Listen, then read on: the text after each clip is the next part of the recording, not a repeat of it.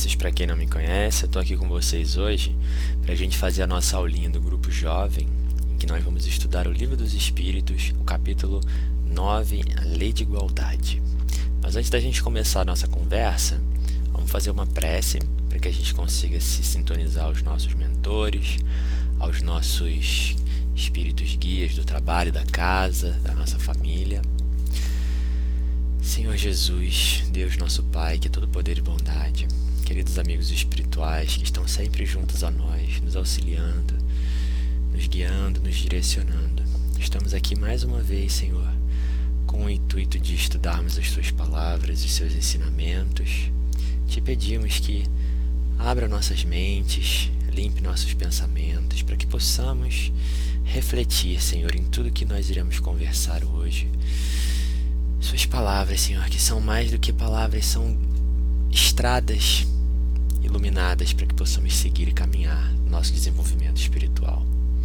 Abençoa cada um de nós, que possamos todos estar em segurança, que possamos todos estar ligados aos nossos mentores, ligados aos nossos amigos espirituais, que estão com certeza sempre juntos a nós, tentando nos acionar, tentando nos auxiliar, nos intuir, que possamos, Senhor, dar a chance deles nos ajudarem sempre que eles estão tentando, que possamos todos estar em segurança, que possamos ter um estudo, Senhor, debaixo da Tua vibração de amor, e que seja sempre em Teu nome, Senhor, em nome de todos os amigos espirituais, em nome de Luiz Sérgio, nosso querido patrono, em nome de toda a direção da casa. Pedimos permissão para encerrar essa prece e iniciar o nosso estudo de hoje. Graças a Deus. Muito bem. Hoje nós vamos estudar no Livro dos Espíritos uma parte que é muito legal, que é a Lei de Igualdade. Aliás, muitas partes são muito legais. Algumas partes são meio confusas, mas essa parte daqui é bem legal porque é uma parte que está diretamente ligada ao nosso entendimento da doutrina espírita e como a gente enxerga Deus, como a gente enxerga a sua lei, né? Como é que a gente enxerga a perfeição de Deus, porque se tem uma coisa que a gente enxerga nesse mundo é que ele não é igual. Essa lei de igualdade ele é um pouco conturbada perante os olhos do homem, né? Mas com a doutrina espírita traz uma clareza muito grande a esse tópico. E a gente vai conversar um pouquinho. Como são poucas as perguntas, a gente vai tratar hoje, no início do capítulo, de igualdade natural, desigualdade das aptidões, desigualdades sociais, desigualdade das riquezas. A gente tem como dar uma lida e dar uma conversada. Na semana que vem, a próxima aulinha vai ser a continuação desse capítulo, né? Mais focado nas riquezas, direitos. Mas nessa primeira parte aqui, vamos começar com igualdade natural. Perante Deus, são iguais todos os homens? E a resposta é bem direta: sim. Todos tendem para o mesmo fim e Deus fez suas leis para todos. Dizeis frequentemente: o sol luz para todos, e anunciais assim uma verdade maior e geral do que pensais. Né? Sim, todos nós somos iguais, apesar de que no âmbito terrestre, no âmbito social, muitas diferenças existem, mas perante a Deus todos nós somos iguais, todos nós somos criados simples e ignorantes como espírito, né? A gente sabe que existe Deus, o espírito e a matéria. Como nós não somos Deus nem matéria, nós somos o espírito. Tudo bem que nós encarnamos num corpo material, mas o espírito é diferente. Todos esses espíritos são criados simples e ignorantes, desde o espírito mais atrasado que existe até o espírito mais adiantado que existe, né? Jesus. E nós fomos criados na mesma condição. O que vai diferir? O tempo que a gente tem e o nosso livre-arbítrio. Mas sim, todos nós somos criados simples, iguais, né? E debaixo das mesmas leis. As mesmas leis que a gente está estudando aqui, repetidas vezes, né? Elas se aplicam a todos os seres, todos os espíritos. Então sim, todos nós perante Deus somos iguais. E agora vamos falar de desigualdade das aptidões. Por que não outorgou Deus as mesmas aptidões a todos os homens? Por que Deus não concedeu a todos os homens as mesmas aptidões, as mesmas qualidades, né? Bom, como eu falei, todos nós somos criados iguais, porém tem uma coisa chave, que é o que vai criar essa diferença toda, que é o livre-arbítrio, né? Uns vão experimentar uma situação e vão ter determinada escolha, enquanto outros vão escolher outro caminho. Alguns vão escolher um caminho mais demorado, outros vão escolher um caminho mais rápido, e a gente desenvolve gostos diferentes, né? Hábitos diferentes, e esses gostos vão se tornar aptidões. Então, por exemplo, num primeiro momento você pode encontrar a matemática na sua vida, a primeira vez que você encontrou a matemática na sua vida, e você achar aquilo interessante, porque é uma característica sua, dada a sua caminhada, e você vai começar a desenvolver aquilo ali, vai se interessar, ou então não, outra coisa te chamou mais atenção naquele momento, e você vai se afastar desse tópico, e dependendo do caminho que você segue ao longo da sua vida imortal, né? Porque hoje nós somos reflexo, a gente pensa na nossa encarnação hoje, mas nós somos reflexo de vidas e vidas e vidas, de escolhas e escolhas e escolhas, de uso do nosso livre-arbítrio. Então, a gente é quem a gente é por consequência de diversas escolhas que nós fizemos no passado, mas que a gente ainda tem o livre-arbítrio para alterar essas escolhas, né? Você ainda tem como passar a gostar da matemática na sua vida. É só você se dedicar àquilo ali, começar a dar uma importância diferente, que eu, por exemplo, não gosto, não sou muito fã. Por isso que eu estou falando da matemática, que fala muito comigo.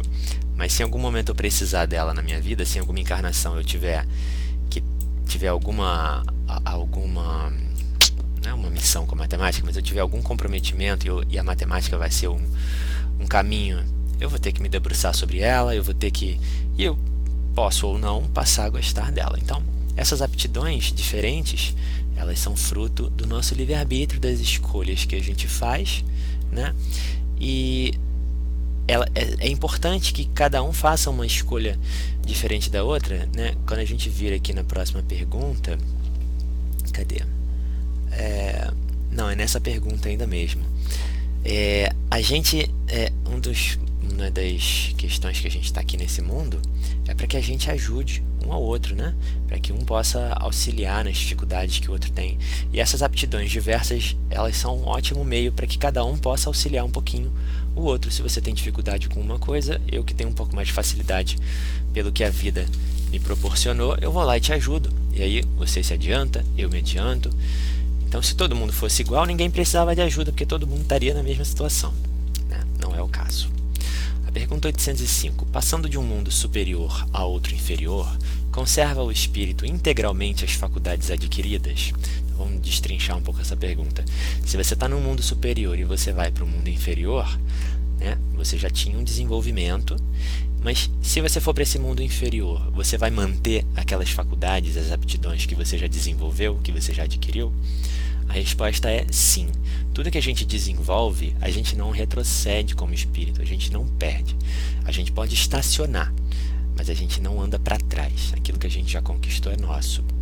Mas o que pode acontecer é, você estando num mundo superior e você indo para um mundo inferior, existe uma distinção normalmente do quão mais materializada a matéria é, né? Quanto mais o espírito vai ficar preso à matéria. Então, no mundo superior, às vezes as suas faculdades já são muito mais desenvolvidas, e quando você vai para o mundo inferior, mais inferior, ou por expiação, ou por missão, às vezes aquele corpo que vai receber um espírito já mais adiantado, ele não vai ter a capacidade de comportar tudo que aquele espírito já desenvolveu. Então, acaba que você não vai conseguir evidenciar tudo aquilo que você já desenvolveu, mas você não perde aquilo, né? A gente continua com aquela... Isso acontece muito com os espíritos que não aproveitam o desenvolvimento do seu planeta e eles são degradados para um mundo inferior, onde eles vão ter todas aquelas limitações que eles já não estavam mais acostumados, mas eles também vão servir para alavancar aquele mundo, porque eles vão trazer muitas coisas conquistadas, né, que eles já tiveram, e vão alavancar aquele planeta, dividindo. É uma oportunidade de você pegar uma aptidão que você tem e você dividir com aquele que não tem. Das desigualdades sociais, 806. É lei da natureza a desigualdade das condições sociais? Lógico que não, né? A resposta é não, é obra do homem e não de Deus. E aí a subpergunta que todo mundo quer saber: algum dia essa desigualdade desaparecerá? Sim, né? A gente tem a lei de progresso que nos faz, essa marcha do progresso, ela é real.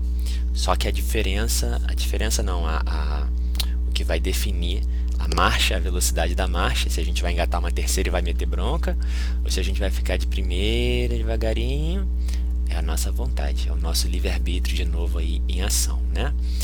Mas a lei do progresso, ela é uma das leis de Deus, e quanto antes a gente conseguir se desprender do nosso egoísmo, do nosso orgulho, né, que são as piores chagas da humanidade, a gente vai conseguir viver num planeta onde as desigualdades sociais, riqueza, disponibilidade de conhecimento, de estudo, tudo isso vai ser muito mais equiparado. Ainda vai existir desigualdade por um bom tempo, porque a gente ainda está num planeta que está tentando sair do meio do caminho. Estamos chegando na metade do caminho, mas a gente ainda está longe um pouquinho de chegar no final. Então nesse próximo momento a gente vai ter menos desigualdade, mas ela ainda vai existir por um tempo e vai servir de prova e de oportunidade também para que a gente possa ajudar o próximo e ajudar nós mesmos, né? Desigualdade das riquezas, que é intrínseco com a desigualdade social.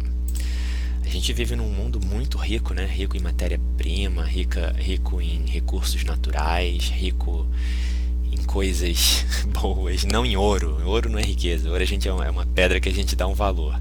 Mas a água, alimento, a gente não precisava passar fome nesse mundo. Tem tanta oportunidade da gente, né, acabar com esse problema, mas a gente ainda está muito preso. Eu digo a gente porque é a gente mesmo, porque uma hora a gente está aqui, outra hora a gente está lá em cima, lá no topo da cadeia alimentar, e a gente está escolhendo ainda dar continuidade a tudo isso. Então vamos lá. 808. A desigualdade das riquezas não se originará das faculdades em virtude da qual uns dispõem de mais meios de adquirir bens do que outro? Resumindo a pergunta, será que uma pessoa não consegue adquirir mais riqueza porque ela tem mais aptidões?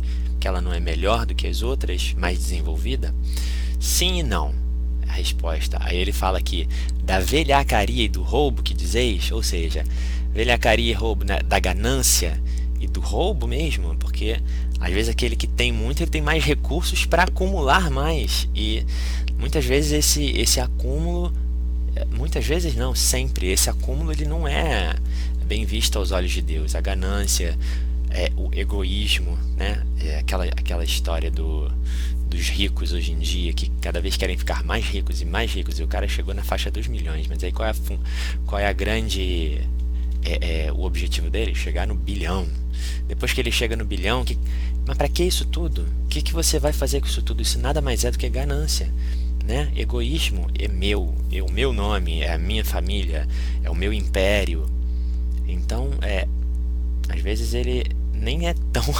Aliás, às vezes não, muitas vezes ele não é tão desenvolvido, ele não tem as aptidões tão desenvolvidas, porque senão ele já teria enxergado já que a vida não se resume a isso, a acumular. E aí você morre, uma vez você é dono de um império, na outra você vai nascer num país, na África subsaariana, né, ou um vilarejo na Índia, onde você não vai... E aquela riqueza toda que você acumulou, né?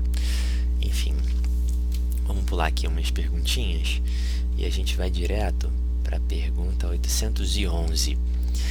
Será possível e já terá existido a igualdade absoluta das riquezas? Não, nem é possível. A isso se opõe a diversidade das faculdades e dos caracteres. Isso aí vai depender também do que a gente entende como riqueza. Isso aqui é a nossa riqueza mundana, né?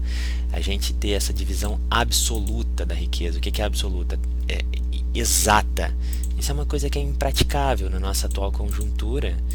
E depois que a gente se desenvolve, que a gente passa por essa etapa, o que é a riqueza? A riqueza é o nosso bem-estar. A riqueza são os dons de Deus, né? Não é o ouro, o dinheiro, o dólar, o petróleo. Isso aí não é riqueza. Isso aí são recursos naturais que a gente hoje atribui um valor e baseia a nossa sociedade capitalista em cima disso, né?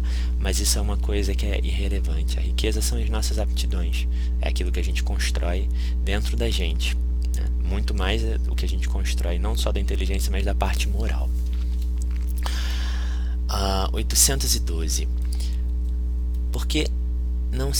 Por não ser possível a igualdade das riquezas, o mesmo se dará com o bem-estar, né? Não, mas o bem-estar é relativo a todos e todos poderiam dele gozar. Esse bem-estar é justamente essa riqueza dos dons de Deus, né? Esse bem-estar social, a gente vai chegar nele rapidamente antes da gente desapegar das riquezas, tá? Mas para a gente conseguir chegar nessa etapa, a gente precisa sim vencer ainda as nossas batalhas internas, vencer o nosso orgulho, a nossa vaidade, nosso egoísmo. Eles que estão atrasando a gente, eles que estão prendendo ali a nossa marcha naquela primeira, e a gente não consegue sair do lugar por mais que a gente acelere. Aí se eu perguntar, será possível que todos se entendam? Os homens se entenderão quando praticarem a lei de justiça. A última perguntinha que a gente vai conversar é a 813. Há pessoas que por culpa sua caem na miséria? Não é uma pergunta. Há pessoas que por culpa sua caem na miséria. Nenhuma responsabilidade caberá disso à sociedade, ou seja, o todo não tem responsabilidade disso? E aí, resumindo a resposta, ele fala que certamente, né, a pessoa que cai na miséria, ela tem a sua responsabilidade, o seu livre-arbítrio, né? Porém, nós como sociedade somos responsáveis por todos. Somos responsáveis pela nossa educação moral. Somos responsáveis. São momentos em que nós vivemos. Nós ainda estamos nesse momento em que nós treinamos os nossos filhos, somos treinados para que a gente viva nessa confusão, né? Mas, por exemplo, as pessoas que vivem numa condição de extrema pobreza, somos responsáveis por elas? Sim, porque nós temos recursos para que elas não passem mais por isso. Deus coloca o outro na prova para que a gente consiga também ajudar o outro, né? Deus não bota a pessoa na prova e fala assim, você vai ficar aí e não tem nada que você possa fazer. Não, Deus coloca a gente ali do lado para que a gente olhe, para que a gente ajude ele e ajude a gente, como eu falei agora há pouco, né? É assim que a gente evolui, ajudando o outro, fazendo isso a gente dá o exemplo, e é um círculo. Uma hora a gente ajuda, outra hora a gente é ajudado, senão a gente não conseguiria sair do lugar que a gente está, né? Então, sim, nós somos responsáveis, por mais que a gente não tenha ido lá e gastado a fortuna do cara, o todo é responsável por como aquela pessoa acabou saindo na vida, né? Como é que eu posso fazer para que as próximas gerações não sejam dessa forma, não tenham essa mentalidade, né? Então, dessa forma que nós somos responsáveis uns pelos outros. É um assunto delicado, e na semana que vem a gente vai continuar conversando sobre essa questão da riqueza, da miséria, dos direitos e das diferenças de igualdade que ainda permeiam o nosso planeta, que a gente ama tanto, né? Mas que um dia a gente vai conseguir. Isso é lei de progresso. Vamos fazer uma oraçãozinha aqui para que a gente possa encerrar o nosso estudo e manter a vibração, Senhor, que possamos refletir sobre todos esses ensinamentos e suas palavras que são tão importantes, Senhor. Que possamos todos durante essa semana nos manter ligados na Tua vibração de amor, Senhor, na Tua vibração de paz. Que possamos estar em segurança, Senhor. Que possamos estar todos pensando, Senhor, nesse desenvolvimento que é tão importante, e somente a gente pode dar continuidade a isso, fazendo com a gente mesmo, não esperar que o próximo faça, façamos nós mesmos. Abençoe cada um de nós, que possamos logo estar juntos, na mesma sala, se Deus permitir, mas que possamos logo estar todos juntos, bem, tranquilos, que seja sempre em Teu nome, Senhor, em nome de todos os amigos espirituais, de Luiz Sérgio, nosso querido amigo, patrono, de Deus acima de tudo, pedimos permissão para encerrar essa prece do estudo de hoje, graças a Deus. É isso, gente, obrigado, fiquem com Deus, tenham todos uma ótima semana e até a próxima.